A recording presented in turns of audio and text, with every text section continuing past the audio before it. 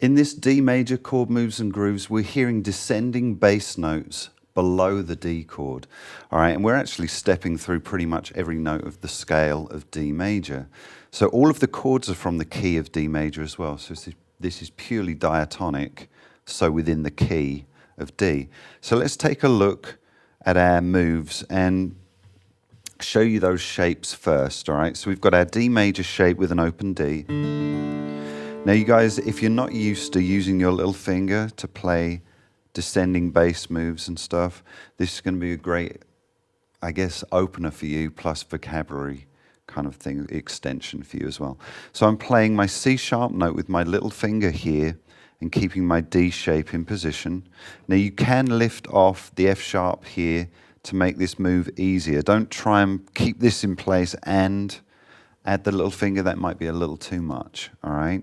Now, our C sharp, then we're moving our shape to have a B in the bass note. So just watch what's going on here, all right?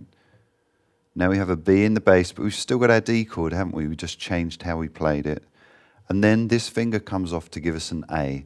So let's look at those first four moves. D, C sharp in the bass, we're descending, aren't we, through the scale.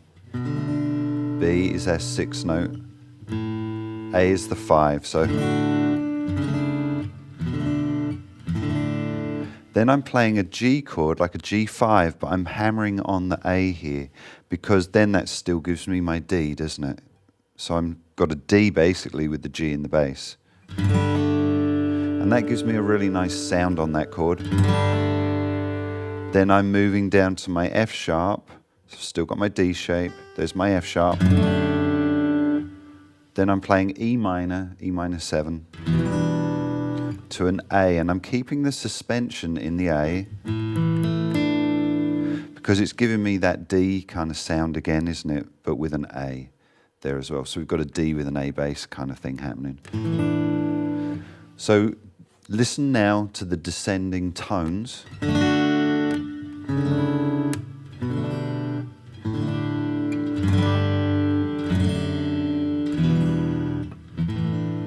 And it's just a nice chord movement that's descending. And again, I think it's one of those singer-songwriter things where you can find melody within the chords, and it gives you great ideas.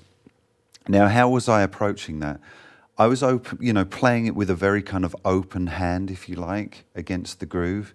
But I think this is one of those moves too that would really lend itself well to a muting technique as well. So let's just hear both of those approaches.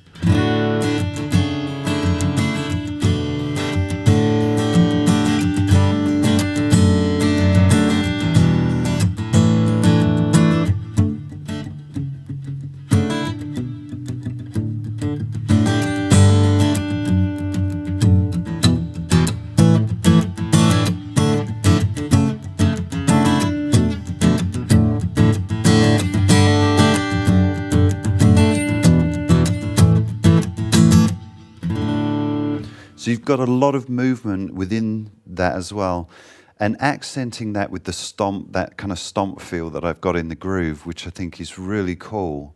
It's almost like a clap and a stomp on the wooden floor.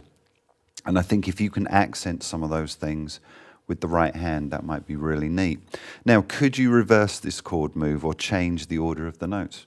Yeah, of course, why not, right? So let's just have a look at that, let's play with it a little bit. Why don't we start here?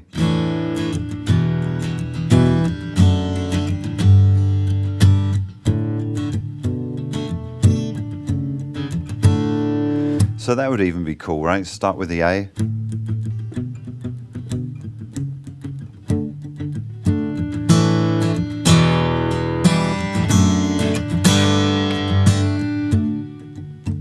So you've got tons of options. So once you've learnt these chord moves and grooves, play them with other grooves, and then mess around with the order of the notes, and come up with your own ideas as well, right? This is a great start point for you guys, but you don't have to play them verbatim as well.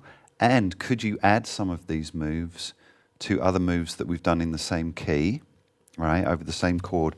Or could you join these to chords that I've used that would be in the same key? For example, an A chord move would work in a D chord move as well, right? Because they're from the same key. So start mixing, matching, changing the tempos, and using different grooves for these moves as well.